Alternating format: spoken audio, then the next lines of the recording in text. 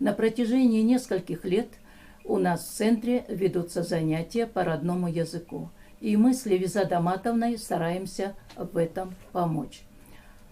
Организации школ выходного дня большое внимание уделяет Ассамблея народа Казахстана. Во многих центрах ведут занятия по казахскому языку и родному языку.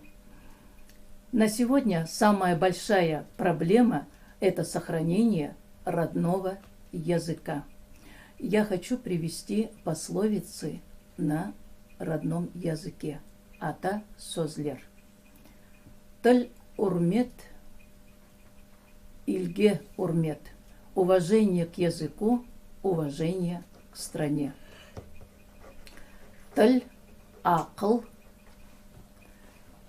теразесыдыр. Язык равновесие разума и ума. Мы должны сохранить и передавать потомкам родной язык, обычаи, традиции нашего народа.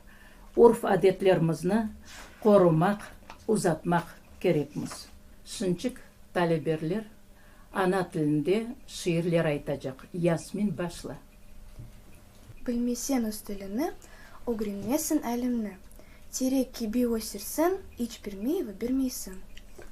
Огренмеге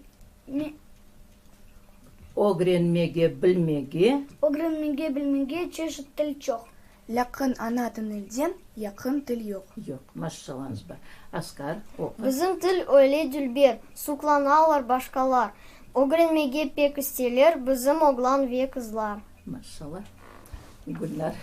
Ватаным мукадес мен үшін, башқаджа да анасыл айтайым. Доғы пыскен туған топырағым. Сен мана көнежді айдайын. Та бешіктен білген ерларны ватаным, мен сана айтайым.